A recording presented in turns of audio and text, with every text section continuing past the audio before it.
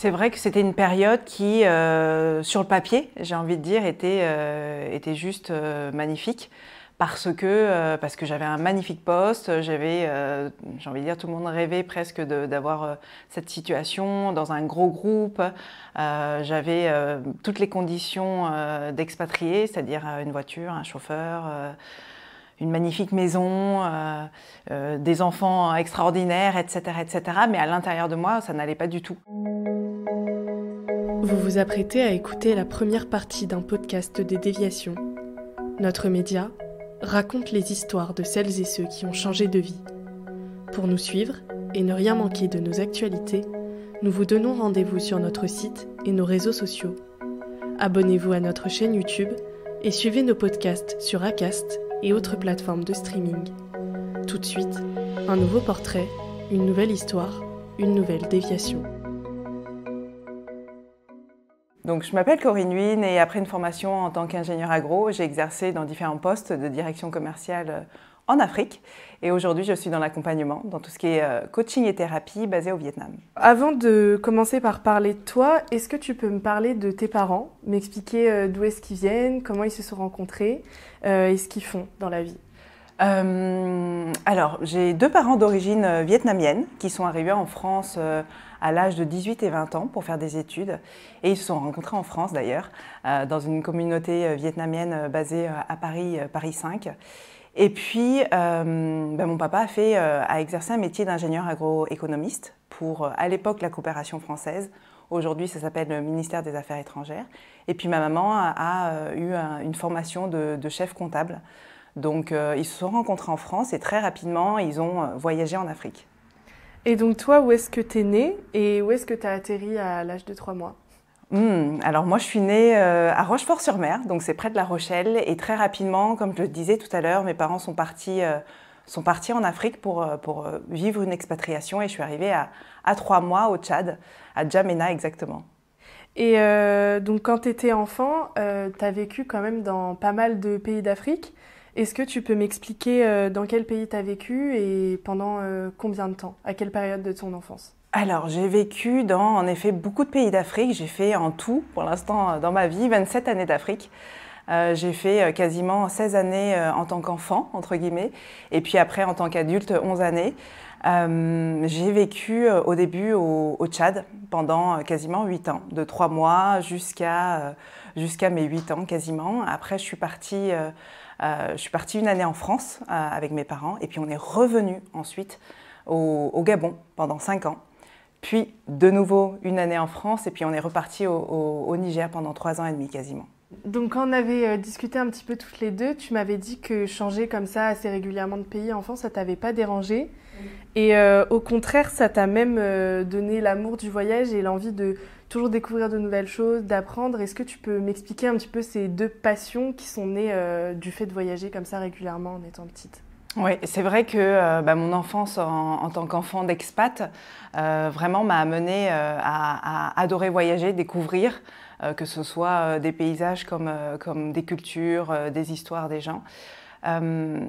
J'avais partagé avec toi le fait que quand on est enfant d'expatrié, souvent on tombe soit dans l'envie d'avoir un lieu, des racines, et rester dans un pays ou dans une ville pour s'ancrer, soit on a ce goût du voyage, et je suis tombée justement dans ce goût du voyage et de la découverte, ce qui m'a amenée à en effet, plus tard, plus grande, après les études supérieures en France, retourner en Afrique et aller vivre à la fois au Burkina Faso pendant plus de 8 ans, et puis en Côte d'Ivoire.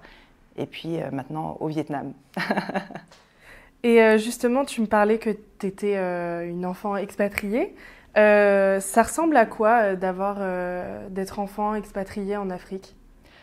Alors, en tant qu'enfant expatrié en Afrique, j'avoue que mais j'étais enfant, donc je ne voyais que le côté positif.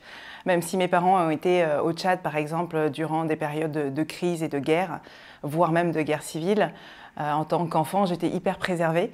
Donc moi, j'avais une enfance extraordinaire. À l'époque, j'avais le droit à avoir plein d'animaux, puisque j'étais fan d'animaux.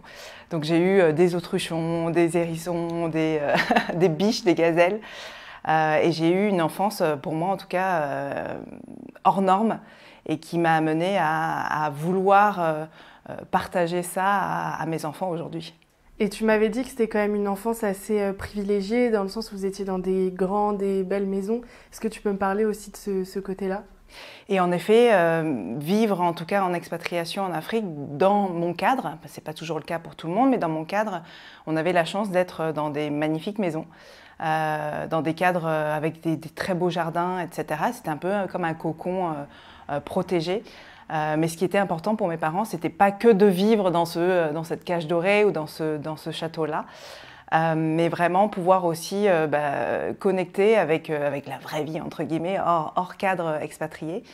Et on était souvent dehors, les week-ends, à vadrouiller, à être sur le terrain, à être dans l'associatif aussi avec mes parents, pour pas perdre de vue aussi la réalité des choses, en dehors de cette cage d'expatriés quelquefois. C'est pas toujours le cas, la cage d'expatriés, mais ça peut l'être.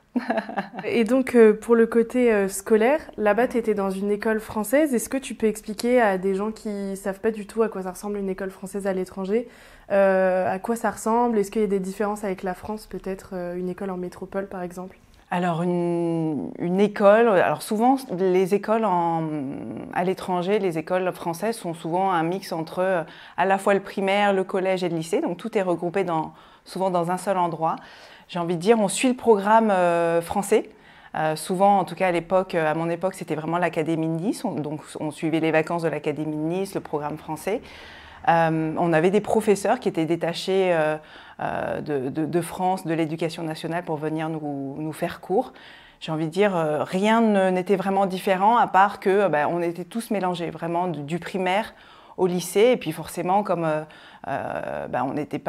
c'était une petite communauté française, on se connaissait, peut-être pas tous, mais on voyait qui était qui. Et on avait un lien qui était particulier finalement, chacun dans notre classe. La différence qui m'avait vraiment marqué lorsque je suis rentrée en France en terminale, j'ai fait ma terminale en France notamment, c'était, je me suis rendu compte des liens qu'on avait chacun de nous dans la classe, comparé à peut-être en France où les gens se connaissaient peut-être un peu moins, venaient de milieux un peu différents, etc. C'était vraiment ça la différence première qui m'avait marquée. Et puis j'avais partagé le fait aussi que lorsque j'étais arrivée en terminale, la chose qui m'avait marquée, c'est que tous les gens de ma classe fumaient, ce qui n'était pas du tout le cas en Afrique. Je pense qu'on était peut-être préservés de...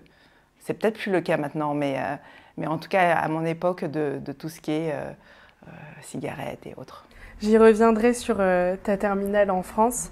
Avant ça, tu m'avais aussi dit que dans une école française à l'étranger, tu trouvais que les professeurs étaient mieux adaptés aux élèves parce que vous étiez en plus petit groupe et que du coup vous aviez peut-être un enseignement un peu plus privilégié. Est-ce que tu peux aussi me parler de cette facette? C'est vrai que dans les écoles à l'étranger, on a la chance d'être pas trop nombreux par classe. Alors on reste ça dépend des niveaux, entre 20 et 25 élèves, mais on avait cette chance de pas être 30, 35, 40, etc. Et du coup, les professeurs prenaient vraiment le temps d'être focus sur chacun des enfants. Donc on avait aussi cette chance-là d'avoir presque une éducation privée, entre guillemets, j'exagère sur le privé, mais où on était vraiment suivis, où les professeurs suivaient le rythme des enfants, en tout cas essayaient au maximum de le faire. Alors pas tous, mais quand même, il y avait vraiment cette possibilité-là d'être accompagné pas à pas par des professeurs quasiment. Et donc toi à l'école t'étais quand même plutôt une bonne élève, mais j'ai envie de te dire que t'avais pas trop le choix parce que tes parents étaient assez exigeants au niveau des notes. Est-ce que tu peux me parler de ça et peut-être me donner une anecdote une fois qui s'est passée, notamment celle que tu m'avais racontée à 7 ans où t'étais rentrée toute contente et où ton père t'a un peu remis à ta place, on va dire.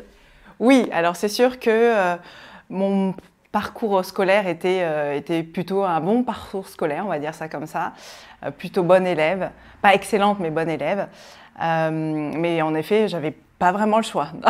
Dans la famille il fallait être soit très bon, soit très très bon, donc bon.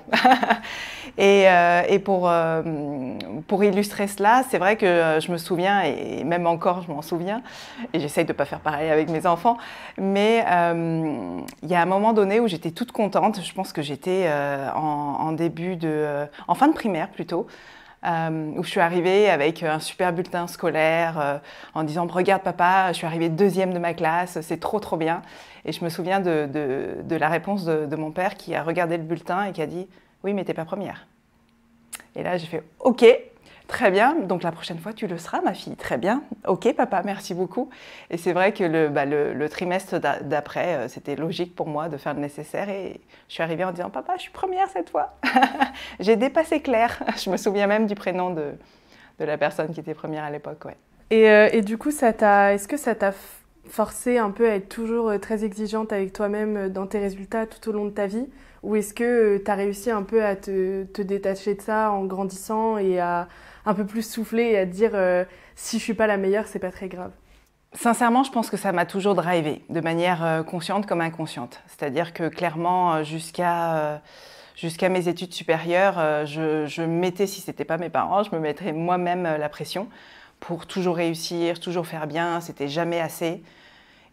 Et je te cache pas qu'aujourd'hui, c'est encore un peu le cas. Je sens ces schémas-là encore chez moi où c'est pas suffisant, j'aurais pu faire mieux. Un regard très critique sur ce que j'ai accompli, fait ou pas fait, même quelquefois.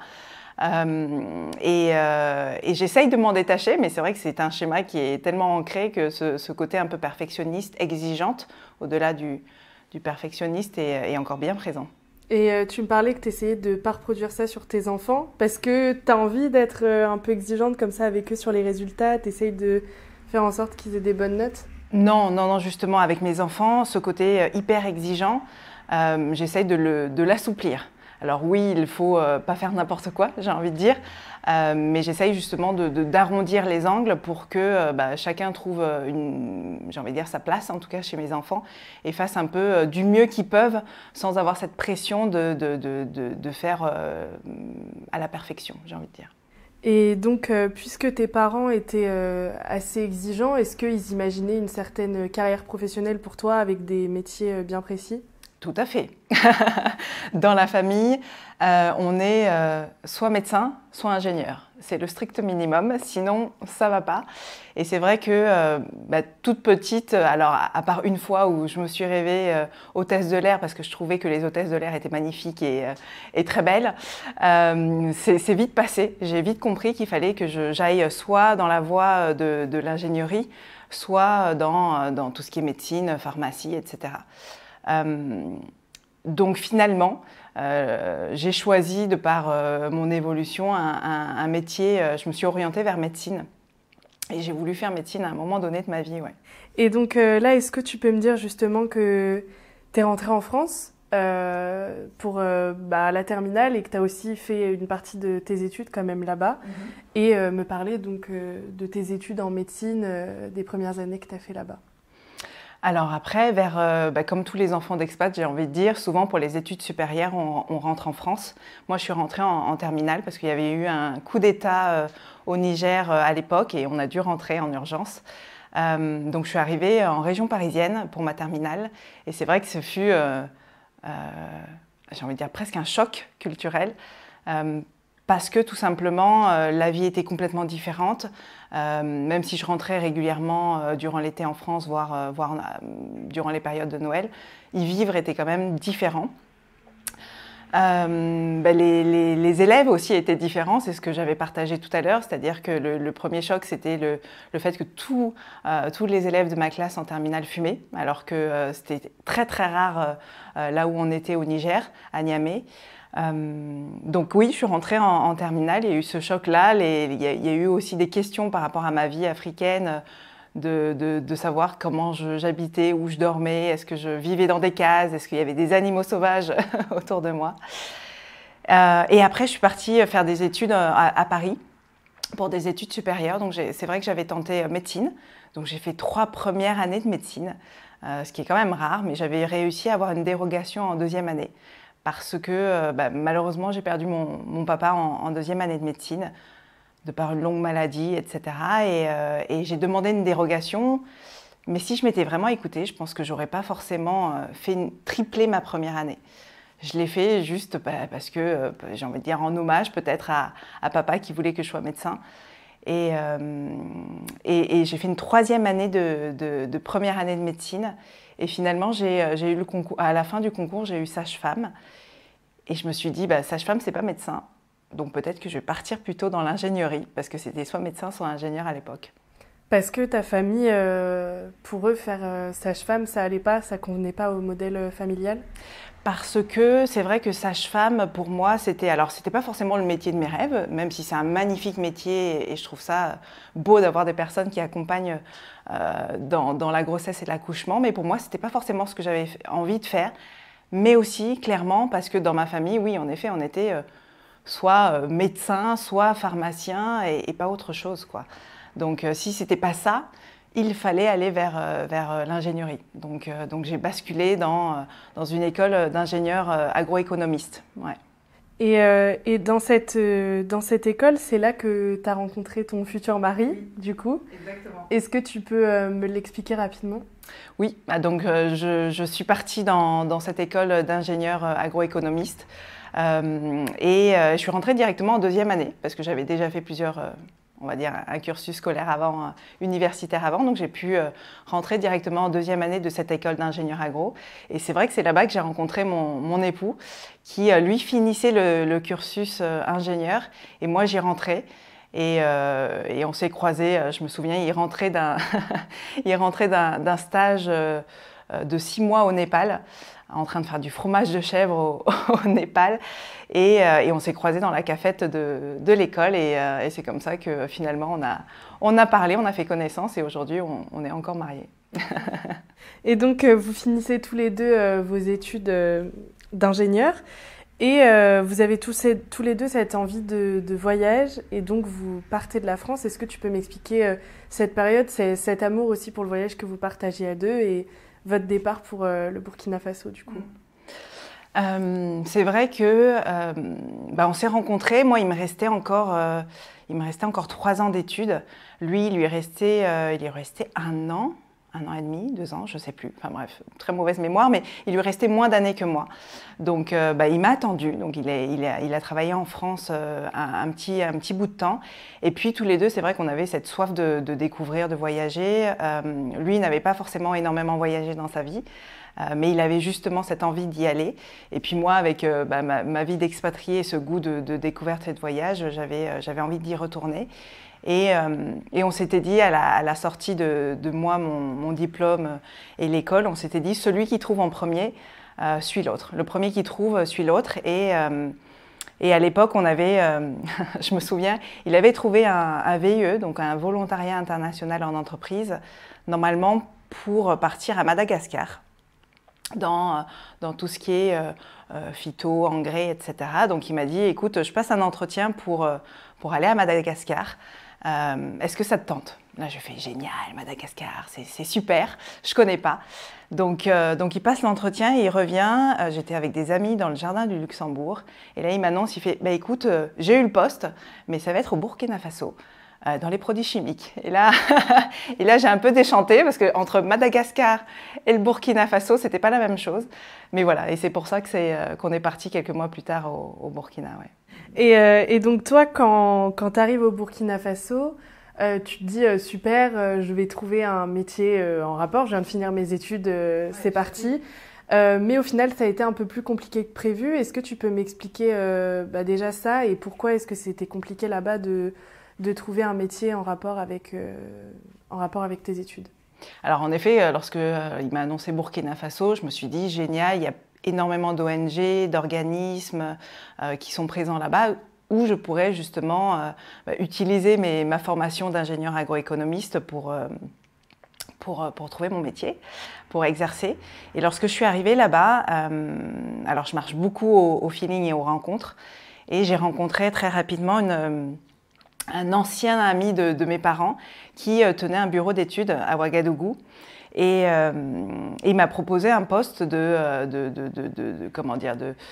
il m'a proposé de monter en fait une filiale destinée aux entreprises privées avec une amie à lui. J'y connaissais strictement rien, parce que je n'avais jamais fait d'études dans monter une structure, dans le côté privé, dans le commerce international. Et puis j'ai dit oui. J'ai dit oui très rapidement, sans me poser vraiment de questions. Et j'ai donc monté une filiale pour ce bureau d'études-là, destiné au privé. Donc je faisais énormément de recrutement. J'étais chargée du pôle recrutement, de temps en temps de l'événementiel et du marketing. Donc ça a duré à peu près 10 mois comme ça, jusqu'au moment où je me suis posé des questions de nouveau. Concrètement, avant de rentrer dans ce métier-là, les problèmes qu'il y avait pour trouver du métier en rapport avec tes études, c'était qu'en fait, tu étais expatriée et qu'il y avait beaucoup de choses qui se passaient en France et pas forcément en Afrique. C'est ça que tu m'avais expliqué en gros. Est-ce que tu peux me le redire? Oui. Et donc, après ces 10 mois-là de poste dans un bureau d'études qui créait une filiale vraiment pour le privé, je me suis dit que j'allais retourner dans ce que j'aimais faire, dans ma formation. Et j'ai commencé à postuler dans des postes pour des organisations internationales, des ONG, etc. Et je me suis vraiment confrontée à deux choses, on va dire. La première, c'est que j'étais basée dans le pays. Et la plupart des recrutements se faisaient au siège. Donc, ils me disaient, génial ton CV, sauf qu'il faut que tu fasses un aller-retour en France pour faire tout le process de recrutement. Et là, il n'y avait pas de télétravail à l'époque et Zoom n'était pas trop connu. Donc, c'était compliqué pour moi. Donc, je loupais des opportunités comme ça. Et puis, j'étais confrontée aussi à l'autre revers, c'est-à-dire que j'étais sur place et les personnes du siège qui recrutaient avaient peur que je sois pistonnée par ceux qui étaient déjà présents localement. Donc je me retrouvais vraiment, j'ai envie de dire, le cul entre deux chaises en disant ok, je fais quoi? Je rentre en France, je reste ici. Et à chaque fois, il y avait un avantage, mais aussi un gros inconvénient au recrutement face aux recruteurs, en fait. Et donc finalement, pendant cette pause où tu hésitais et tu essayais de trouver, mais ça concluait pas, après ça, tu n'es jamais vraiment retourné vers un métier en lien avec ingénieur agronome et tu as eu plusieurs expériences dans plein de métiers différents. J'en avais noté 3 que tu as fait en Afrique. Est-ce que tu peux me les citer et me dire dans quel pays aussi tu les as exercés, puisque vous n'êtes pas que resté dans la capitale du Burkina Faso?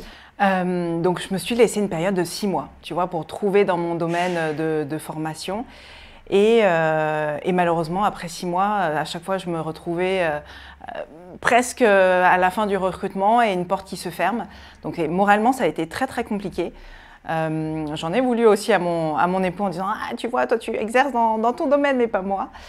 Mais à côté de ça, j'avais énormément de personnes qui me contactaient pour aller travailler dans des sociétés privées. Et c'est vrai que je me suis lancée dedans en disant « Ok, c'est bon, j'en ai marre de chercher dans mon domaine ». Donc, je suis partie et j'ai exercé plusieurs postes. Ouais. J'étais au début responsable d'agence au Burkina Faso d'une société de logistique, alors que je ne connaissais strictement rien à la logistique, aux incoterms et au commerce international. Mais on m'a fait confiance. Donc, j'ai exercé ce poste pendant quasiment 5-6 ans. Au début à Ouagadougou, dans la capitale du Burkina Faso. Puis à un moment donné, mon mari a été muté dans la 2e ville, puisque le siège était là-bas, à Bobo-Dioulasso. Et là, je me suis dit, je vais perdre mon boulot, puisque je suis responsable d'agence et l'agence est basée à Ouagadougou, dans la capitale. Si je mute à quasiment 400 km de la capitale, ça risque d'être compliqué. Finalement, j'ai réussi à garder ce poste-là quand même. On a continué à me faire confiance. J'ai commencé à faire du télétravail déjà à l'époque. Et donc j'ai switché comme ça entre la capitale, entre la seconde ville du pays. Je faisais énormément d'allers-retours, mais j'aimais bien ça, donc ça ne me gênait pas. Et puis petit à petit, la vie a fait que on a voulu avoir des enfants. Et je suis tombée enceinte et à ce moment-là, j'ai commencé à me dire, bon, je vais peut-être pas continuer à faire énormément d'allers-retours comme ça, c'est pas viable, ni pour moi, ni pour mon fils. Donc j'ai commencé à ouvrir d'autres portes. J'ai de nouveau fait un poste de logistique basé au Burkina Faso. Puis, quasiment 2 ans après, on est parti. On est parti du Burkina Faso pour partir en Côte d'Ivoire. Arrivé en Côte d'Ivoire, pour moi, c'était logique de continuer dans la logistique puisque j'aimais bien ça, puisque ça se passait très bien. Sauf que, pareil, je te disais tout à l'heure que je marche par les rencontres, les hasards, entre guillemets, de la vie, même si je ne crois plus au hasard. Et j'ai rencontré une personne qui m'a proposé très rapidement un poste en gros, être son bras droit dans une régie publicitaire. et je ne savais pas du tout ce que c'était qu'une régie publicitaire, donc j'ai googlisé. Et j'ai vu que c'était tout ce qui est publicité sur des espaces différents, que ce soit presse, médias, télé, radio, etc. Et donc j'ai dit oui. Et je suis rentrée dedans. Et très rapidement, quelques mois plus tard, je ne savais pas, mais elle le savait, donc ma boss directe le savait. J'ai intégré sa société et donc du coup toute l'équipe a intégré le groupe Canal+ Advertising et on a créé la première filiale de Canal+ Advertising au monde et notamment basée à Abidjan, en Côte d'Ivoire. Ouais. Et donc, dans tout ce que tu viens de m'expliquer, tu l'as brièvement dit que l'une des raisons pour lesquelles tu as pas mal changé d'endroit, c'est aussi parce que ton mari, du coup, trouvait des opportunités ailleurs. Est-ce que tu peux m'expliquer ça, en fait, me le redire en quelques mots? Alors, c'est vrai que durant toute ma vie professionnelle, on a énormément bougé. Parce que c'était amené par le métier de mon mari. À chaque fois, il travaillait dans la même société, il a travaillé longtemps dans la même société, mais il était amené à bouger. Donc on a fait au début la capitale, à Ouagadougou, au Burkina Faso, puis après on a bougé à Bobo-Dioulasso. Et puis très rapidement, on est parti en Côte d'Ivoire pour le métier de mon mari. Donc à chaque fois, je suivais et à chaque fois, je devais, entre guillemets, me réinventer. Et est-ce que toi, c'était quelque chose qui te dérangeait ou est-ce que ça ne te dérangeait pas du tout de le suivre comme ça? Alors, au début, c'était un peu le deal. On s'était dit, celui qui bouge, l'autre suit. Donc, c'était le deal, donc c'était OK. Mais c'est vrai qu'à force, le stress de devoir potentiellement rechercher un nouveau métier, potentiellement se réinventer de nouveau, alors c'était à la fois un stress positif, mais aussi, entre guillemets, qui peut être limitant, ça pesait de plus en plus, clairement.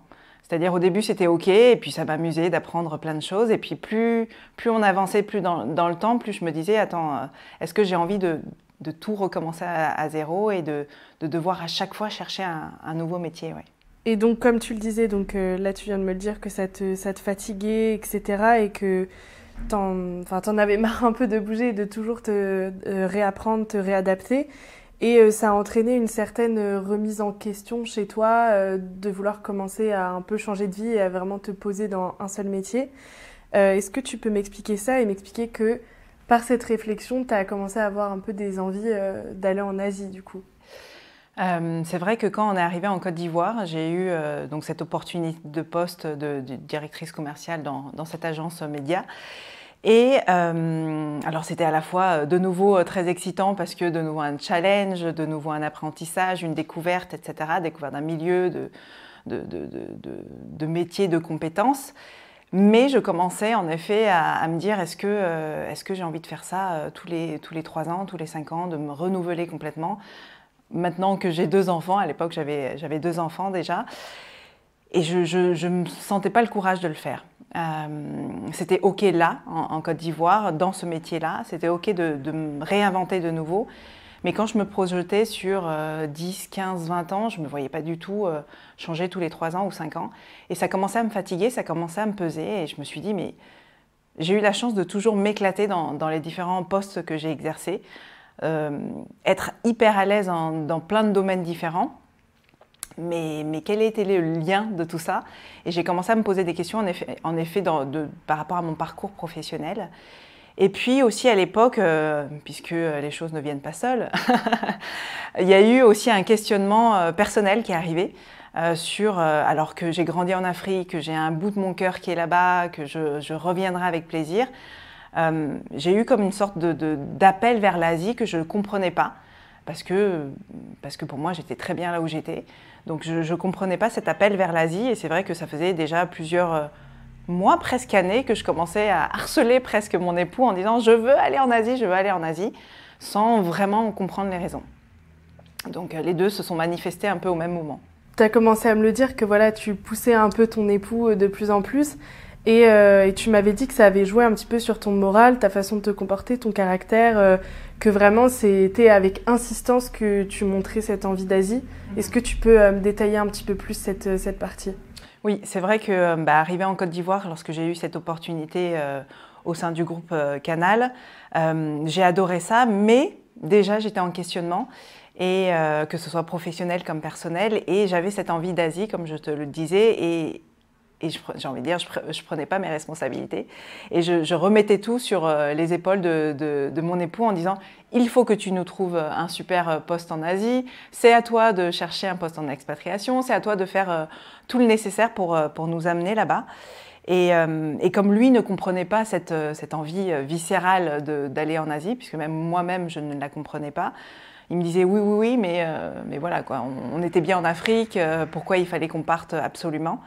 Et comme j'arrivais pas à comprendre moi qu'est-ce qui m'animait et pourquoi cette envie, et j'arrivais pas à le transmettre auprès de mon époux, bah je commençais à un peu être très désagréable, très insistante, très agressive même parfois. Je commençais à perdre patience par rapport à mes enfants, je commençais à ne plus prendre plaisir dans ma vie professionnelle comme je le faisais avant, parce que je n'avais qu'une attente, c'était de partir. Partir pourquoi, je ne savais pas, et faire autre chose, oui, mais quoi? Mais j'avais vraiment plus que cette attente-là, et ça a commencé j'ai envie de dire, à me bouffer de l'intérieur. Et j'ai commencé petit à petit finalement à me couper, tu vois, de la vie sociale, à être moins présente, à être moins enjouée, joyeuse, spontanée. Je commençais vraiment à perdre tout ça, ouais. Et est-ce qu'une des raisons pour lesquelles tu mettais toute cette pression sur ton mari, c'est parce que ça a toujours été lui un peu l'élément déclencheur de vos déménagements? Est-ce que c'est pour ça que ça reposait vraiment sur lui la décision d'aller en Asie? Oui, complètement. Comme ça a toujours été mon mari qui trouvait des postes et qui nous amenait à bouger dans différents pays, c'est vrai que j'ai considéré que c'était à lui, de nouveau, à mon mari, de faire le nécessaire pour nous amener en Asie. Et oui, je mettais toute la pression sur ses épaules. Durant cette phase où ça allait pas, clairement, tu m'avais dit aussi une phrase. Quand on avait discuté, tu m'avais dit que de l'extérieur, on pouvait penser que tout allait bien chez toi, que tu avais une vie parfaite, très bien, un bon poste chez Canal, mais qu'au final, à l'intérieur, ça allait pas du tout. Est-ce que tu peux me redire cette phrase et m'expliquer pourquoi est-ce que tu ressentais ça? C'est vrai que c'était une période qui, sur le papier, j'ai envie de dire, était juste magnifique. Parce que j'avais un magnifique poste, j'ai envie de dire, tout le monde rêvait presque d'avoir cette situation dans un gros groupe. J'avais toutes les conditions d'expatrié, c'est-à-dire une voiture, un chauffeur, une magnifique maison, des enfants extraordinaires, etc., etc. Mais à l'intérieur de moi, ça n'allait pas du tout. On ne le voyait pas du tout, d'ailleurs, à l'extérieur. J'arrivais à bien le cacher. On pensait que j'étais très, très contente de mon boulot et de là où j'étais. Mais finalement, je mourais à petit feu à l'intérieur. Et puis, à un moment donné, il fallait que ça change, quoi.